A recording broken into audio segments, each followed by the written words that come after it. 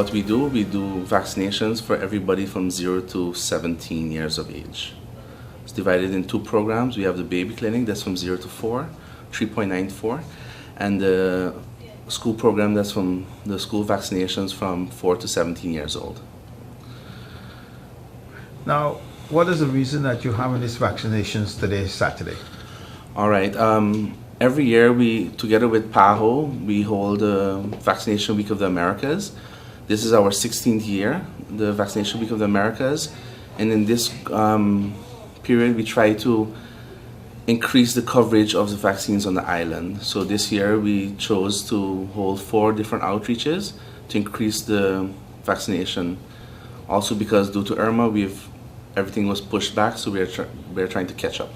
Yes, counting the first 3, we've had a very large turnout from all the different outreaches, and each outreach, different schools came out, and so we are getting a very good coverage at the moment.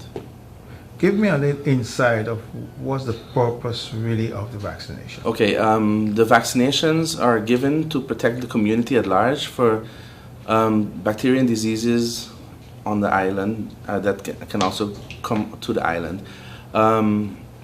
Right now, for example, the 4 to 17 years old, we are targeting the boosters of the diphtheria, tetanus, and polio, the measles, mumps, rubella, and for the girls, we also offer the HPV vaccine that protects against cervical cancer. So right now, we're trying to make sure that our coverage stays at the highest rate possible to make sure that these diseases do not reemerge on the island. Physician in youth healthcare, and today we have the vaccination outreach. So what I do before the parents come in, I check the age of the child, I check what kind of vaccinations they already had and what vaccinations they're due for. So like this child, for example, is going to have the 3rd vaccinations. I also have to check the intervals, if there's enough space between, in this case, the 2nd and the 3rd vaccination. So, but I can see already that is good. So this child can have the 3rd vaccinations today. Right now, our vaccination coverage has been very high, and that's also the reason why we keep on vaccinating yearly and holding the outreaches to keep the coverage as high as possible.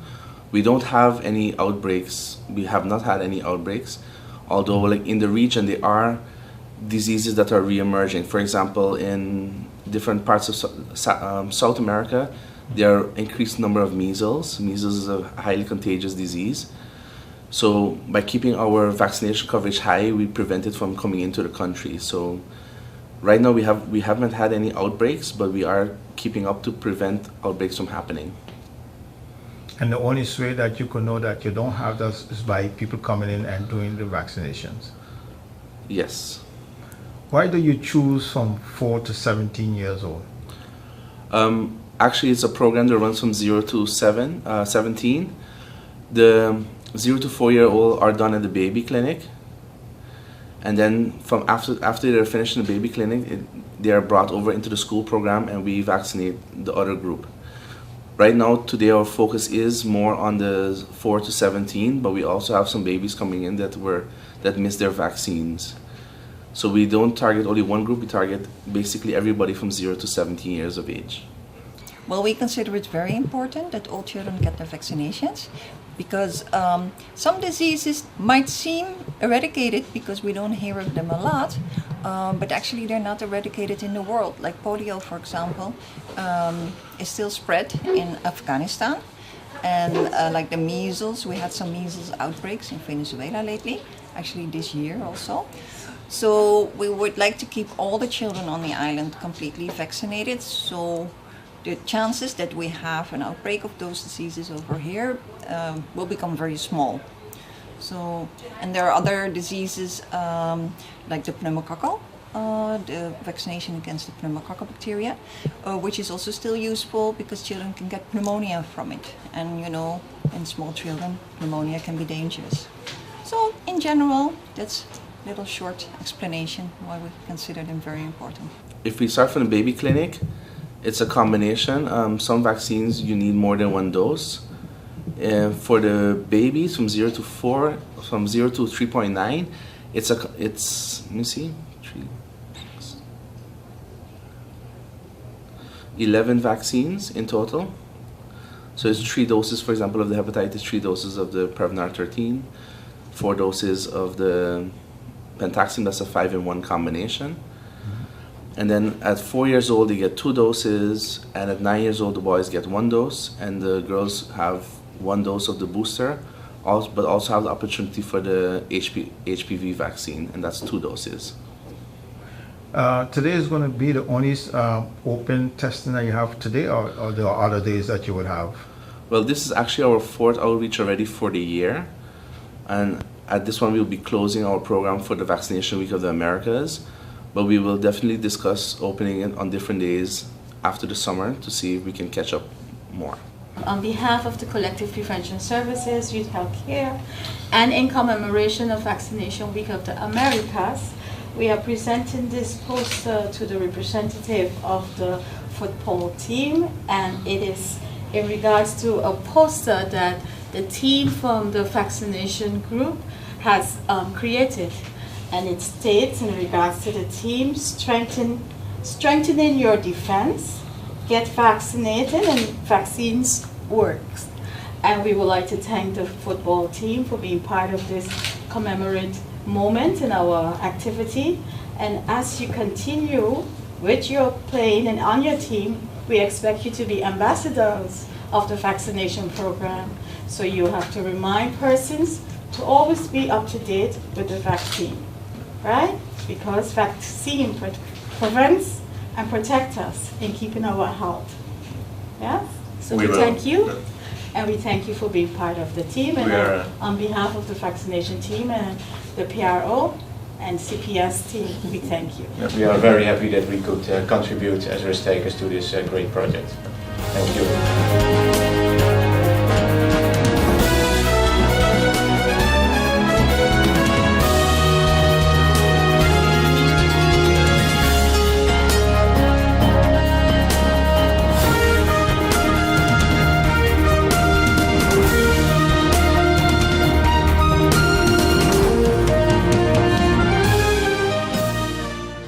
GEBE has been faithfully serving the communities of St. Martin, powering your home and our economy.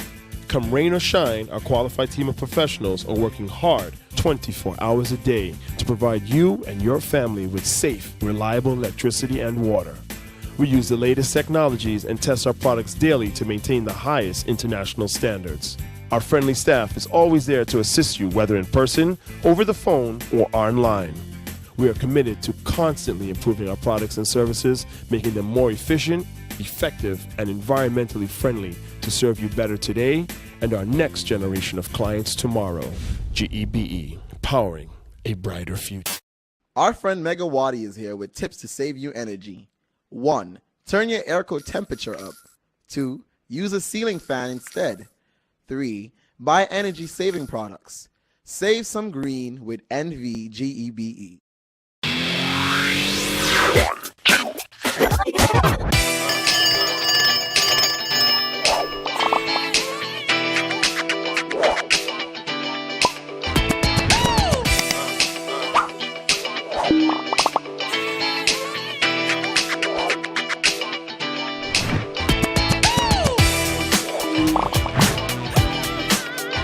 Tell connecting you.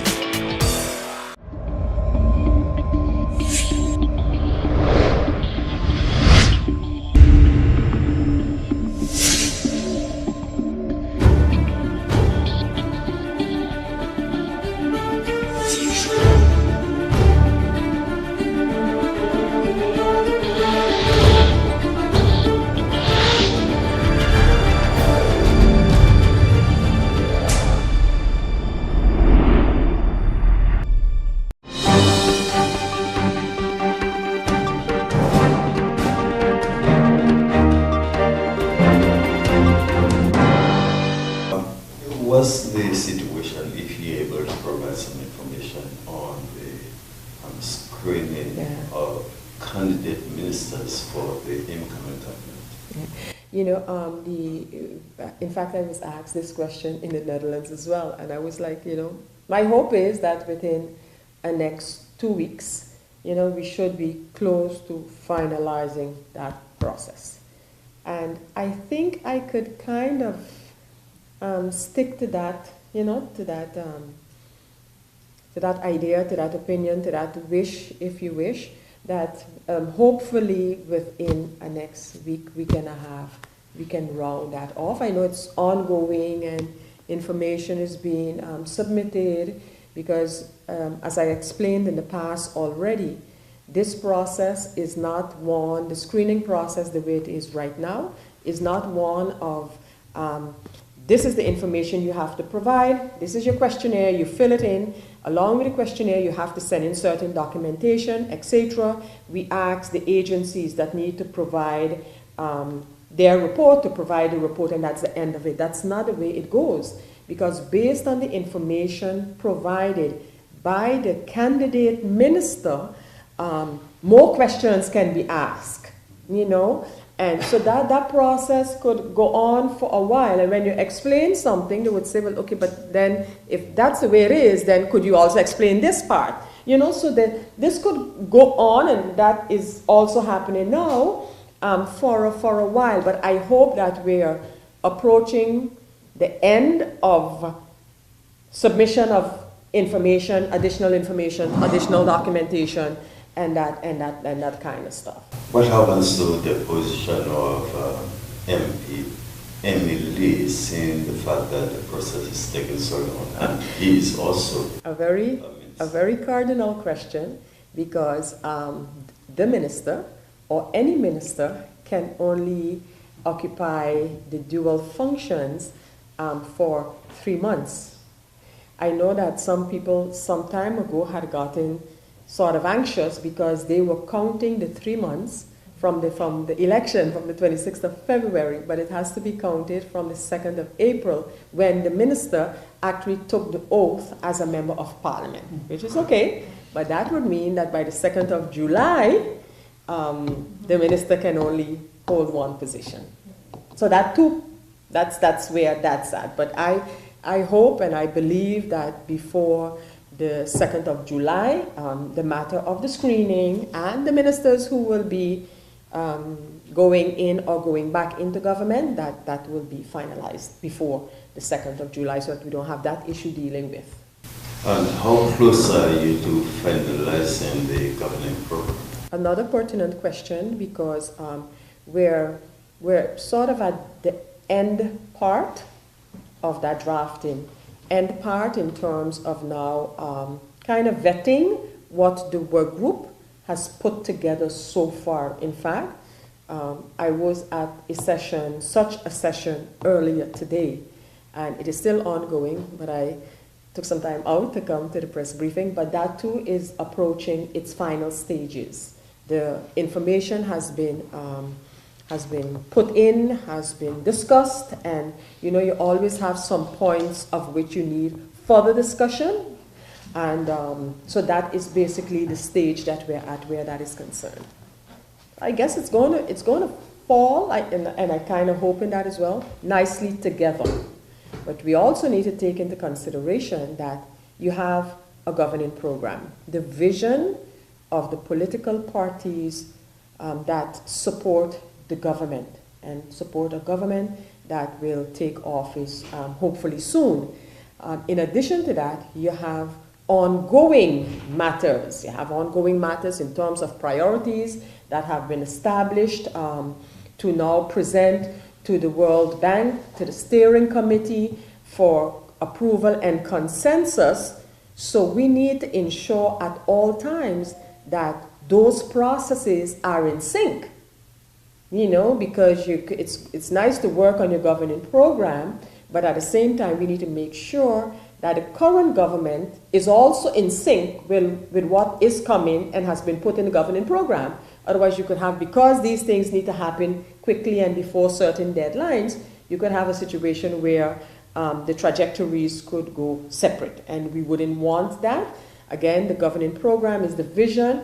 We have the National Recovery and Resilience Plan, which should focus on the recovery, but there's also a more general aspect of this country and its development. A lot of it, I agree, is about reconstruction and resilience, etc. but then you also need to be able to put it in the total context of St. Martin and of the political vision for St. Martin going forward.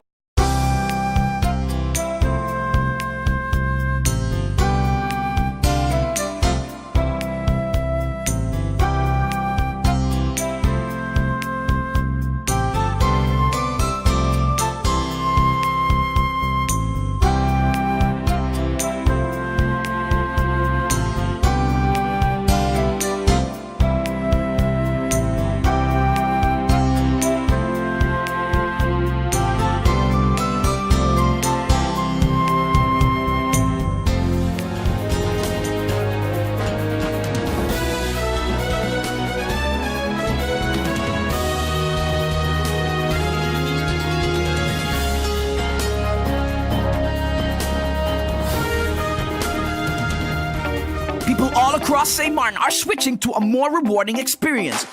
The WIB MasterCard Fun Miles credit card, better known as My Card. Earn 1 Fun Mile for every $2 spent, even abroad and online. This will quickly get you a ton of Fun Miles to redeem for travel, shopping, food, fuel, and much more.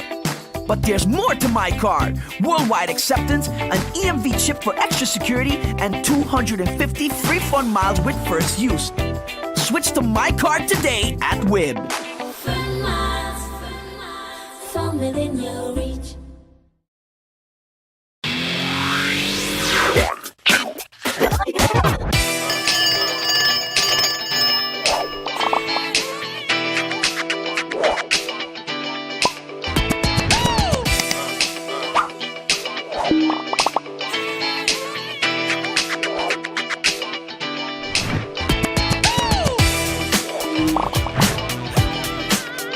Tell them.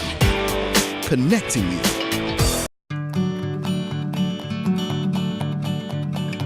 It's been said that behind every door, possibility awaits.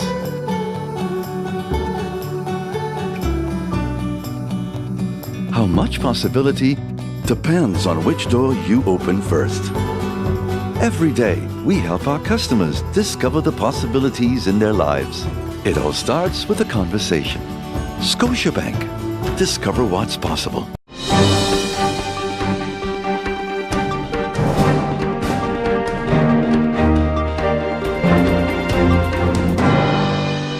We want to do 4 days. People will say 4 days seems a bit ambitious. We want to start on Thursday. Actually, maybe you would have heard the word Cope Avon circulating within the island in the past few days. This is an initiative from us as well.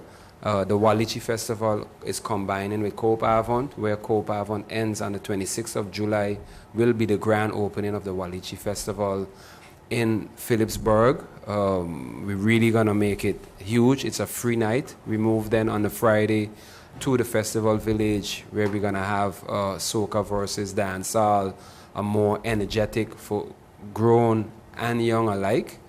On the Saturday, which is our main night, we would have various, you could think on, for example, a Boys to Men, or you could think on a Commodores, you could think on also a Cassav. It's going to be a blend of artists on the Saturday.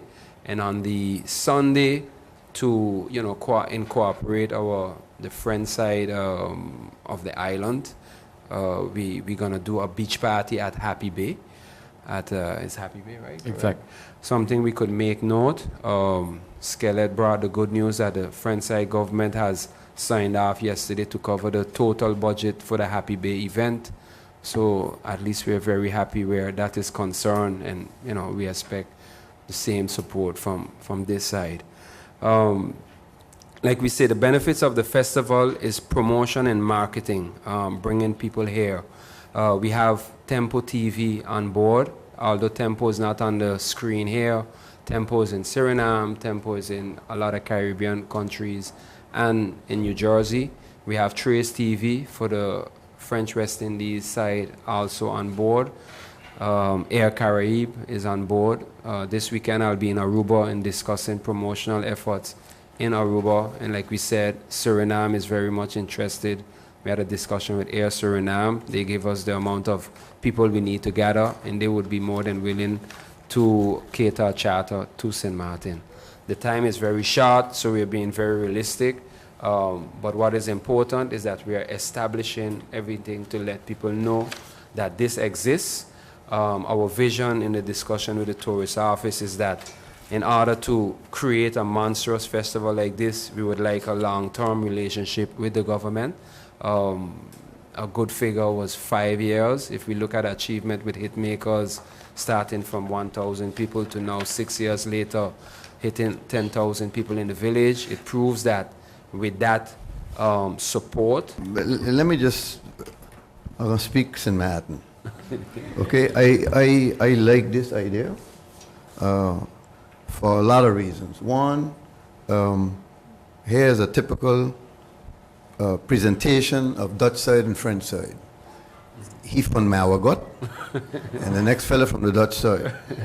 That's St. Martin. St. Martin is about two nations, one island. And this is a typical event that I think will do lots of good for us if we can indeed build it up. I can't make any commitments here. I'd be out of place, and it'd probably lock me up. But I can tell you that I like the idea. I see you already got the French side shaming us into financial support because you tell me that they're already helping you. So that's a little thing you're throwing over there. I understand, but I can't tell you nothing yet. We can do certain things, but we can't just come out and say this is what. Of course. And I know that I've been talking about a lack of liquidity, Yes. and it is a serious lack of liquidity. Yes. But I know for sure that I also believe in thinking outside the box. Yes. St. Martin we are still kind of down because all our larger hotels are still closed, they're still being reconstructed. But we got lots of small hotels. We got boutique hotels. We got mid-sized hotels. We even have larger hotels who already came online. Correct. So St. Martin is definitely coming back. And I think a Walichi Festival, even if it's on really short notice, I'm looking at the dates over there, July 26th to July 29th. That's extremely short notice, but that shows the commitment and what's the right word? Optimism, but also he's Rude and Skillet are sure of themselves, and they know they can produce. And we've seen that they produce for Carnival, and so for that reason, I think this will be a success. I declare that a success already, even if I ain't giving you no money yet. So, with that said, again, the exposure for St. Martin is amazing. We need it. We need to let the world know that we're up and running. I am extremely proud of our St. Martin people to see where we are today without really a huge help from outside that has manifested itself yet. It's coming, and our Prime Minister is working really hard in getting things done. But fact of the matter is, where St. Martin is today is because of the resilience and the want of our people to come back online. And this is, again, one of those things that I believe that will help us. I say again, you have my commitment to see how we can help. It may be $1, it may be $100, it may be whatever, but know that you will get support from this government one way or the other. So thank you very much for doing this for St. Martin. I applaud you. Two sons of the soils, love you to death. I'll join my colleague with indeed the congratulations, first and foremost. With this, you emphasize the element and the need for hope and need encouragement, and I'm sure that indeed the tourism department already indeed teamed up with you, as they are closely aligned with the hotel sector and their need to indeed accelerate and indeed receive our tourists. In addition to that, and indeed as Minister of Culture, I started off my tenure in March with the Creative Industries Interactive Exchange Forum, emphasizing the importance of the creative industries and seeing it as an economic growth market. It currently stands at 2.6, 2.7% of our GDP. And the keynote speaker, Ryan Peterson, has emphasized that this can grow. And I think three critical areas should be recognized. That's the music industry, the festival, tourism market, the performing arts, dance, and in addition to that, what we've recently seen as well is the film-making industry. So those three sectors need to be encouraged as an example of indeed the creative industries. I am in favor of that, and I know that me and Mr. Fleming were already in consultation to discuss possibilities of partnership. I already reached out also to the Minister of Theat and Economic Affairs to indeed partner in the interest of the creative industries. So congratulations, and where indeed the possibility to support is concerned, I would think, and that's prematurely, I know that we're going to have a conversation this week, Mr. Fleming, to discuss Koopavond, and I'm sure also therefore this festival as a line, as the closure of your initiative. I think that I would focus on, and I would encourage also the Department of Culture to focus on the possibility to create platforms for local talent. That will be our justification, indeed, to promote our own creatives on the island. That would be one initiative and review of your proposal. In addition to that, it is a festival of this is also our indeed possibility to display our resilience, but also have an outlet for our overall mental well-being. You know, we shouldn't underestimate the importance of music to a good feel. Not only therefore for our tourists, as we are a wonderful destination, of course, but also for ourselves. So I think that these two areas would be explored. And as my colleague Ferrier already mentioned, we will definitely create possibilities to support. I hope it will be to the max. I know that the competition is strong. We have Curaçao, we have Aruba, we have St. Kitts, and the festival business is serious business. And if you indeed want to attract thousands of tourists and locals to participate, you have to come hard and strong, and you need some serious investments. So promote it, continue to promote it, make sure that you get indeed some serious private sector support as well. And I'm sure that the government will indeed also set the tone with you, and definitely the Ministry of Education, Culture, Youth and Sport with you as well.